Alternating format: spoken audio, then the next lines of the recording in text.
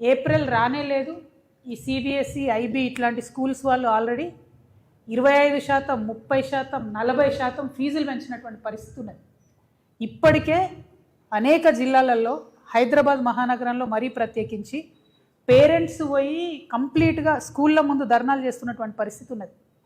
Fee కనబడడానికి ₹1,00,000 ఉంటుంది, కానీ ఇంకొక 30,000 అదనంగా, అది బస్సుకు అంటారు, స్కూల్కి అంటారు, బుక్స్కి అంటారు, రకరకాల పేర్లతో ఇంకొక 30,000 అదనంగా పేరెంట్స్ మీద బర్డెన్ ఉంటుంది.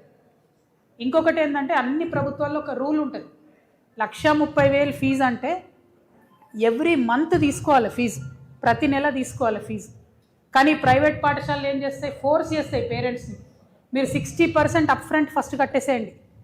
అంటే ఒక పేద మధ్యతరగతి ఉద్యోగికి భార్యాభర్త ఇద్దరు చేస్తే కూడా కుటుంబం వెళ్ళడం ఇబ్బందిగా ఉన్నటువంటి ఒక చిన్న కుటుంబంలో 60% ఫీజు అంటే ₹60,000 ఒకటేసారి కట్టాలి స్కూల్ కంటే నిజంగా దేవుడు కనబడే పరిస్థితి ఉన్నది అలా తెలంగాణ రాష్ట్రంలో. ఈ విషయాల మీదనే, ఈ అంశాల మీదనే రేవంత్ రెడ్డి గారు పదే పదే బీఆర్ఎస్ గవర్నమెంట్ అప్పుడు ఉన్నప్పుడు క్రిటిసైజ్ చేసి మీరు ఫీ నియంత్రణ చేయండి అని చెప్పిండ్రు. మరి ఇవాళ 3 సంవత్సరాలు అవుతుంది, 3 బడ్జెట్లు పెట్టుకున్నారు వీళ్ళు. మొన్న బడ్జెట్ సమావేశంలో కూడా నువ్వింత తిన్నావు అని వీళ్ళని వాళ్ళు తిట్టుకోవడం తప్పితే కనీసం పేద మధ్యతరగతి పిల్లలు ఇబ్బంది పడుతూ ఉన్నారు.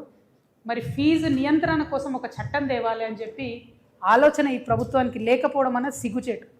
నేను అర్జెంటుగా డిమాండ్ చేస్తూ ఉన్నా, గత 10-12 రోజులుగా ఈ రాష్ట్రంలో, ఈ హైదరాబాద్ మహానగరంలో స్కూళ్ళ ముందట పిల్లల యొక్క పేరెంట్స్ చేస్తున్న ధర్నాలు చూసన్నా మీ ప్రభుత్వం కళ్ళు తెరవాలి.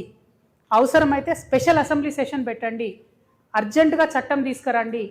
ఆనాడు తిరుపతిరావు గారి కమిటీ ఏదైతే ఉండనో ఆ కమిటీ కూడా 8 to 10% ఫీజు పెంచుకోమని చెప్పింది ఎవ్రీ ఇయరు.